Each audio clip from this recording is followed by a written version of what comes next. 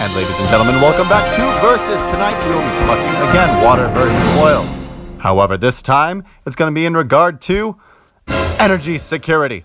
Let's take a look at the timeline, shall we?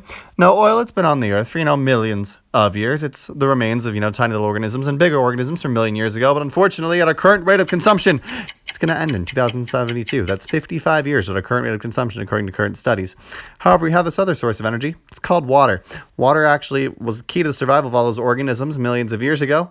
And it's still going to be here for millions of years to come. So, let's talk about oil for a minute. We do have some pros. Our current infrastructure is built to support an energy system based off of oil. It has a really high EROI of 20 to 1. Energy return of input. $1 put in, $20 of energy comes out. It's great. We have a lot of it. And you know what? It's pretty darn convenient. Sometimes it bubbles up black gold, Texas tea. We're going to be rich, just like those Clampets. However, oil can have some cons. A lot of the exporters, they are unstable. You put such amazing resources in the hands of people who don't know how to do it, and you know what? That can lead to war. It's not good. We can also have pollution. It's going to get in our lungs. It's going to make us sick. It's going to give you cancer. It's not fun. Also, it's volatile. It can explode. There can be explosions. That is not good. Also, again, it's a limited resource, 55 years worth at max. Now, we have this awesome source called water. Now, for tens of thousands of years, human civilizations have been relying on water to get their energy. We have that back from water wheels. Water would flow, it would turn the wheel, it would crank their mills, they'd crush their grain. Life was great. Now, and today, we often utilize water accessing energy, like in nuclear power. Water flows around a power plant. We split apart those atoms, it creates heat. That heats up water. The water creates steam, it creates energy.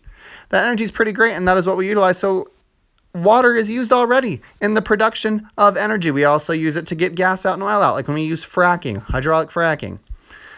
Now, continuing on, there's other ways that water can produce energy just by the power of the sun in the water cycle. It rains into a lake. We dam that lake. We have a hydraulic dam.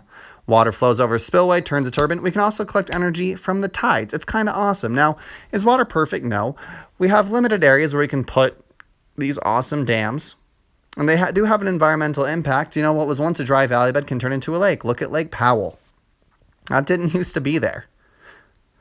Now, also, in regard to water, economically, it may not be the most feasible right now. The reason is we have this infrastructure built up for oil. However, its EROI is 5 times better than oil. It's 100 to 1 versus 20 to 1, so it makes it a much more viable source to utilize an oil. This oil is going to run out. This water is always going to be here. It's powered by the sun. Water is a great opportunity if we just are willing to harness this energy. It's going to be great. So in conclusion, oil may be great. However, this water is here to stay. So we need to start switching out and finding out ways to gather the energy from this water. Thanks for listening, guys.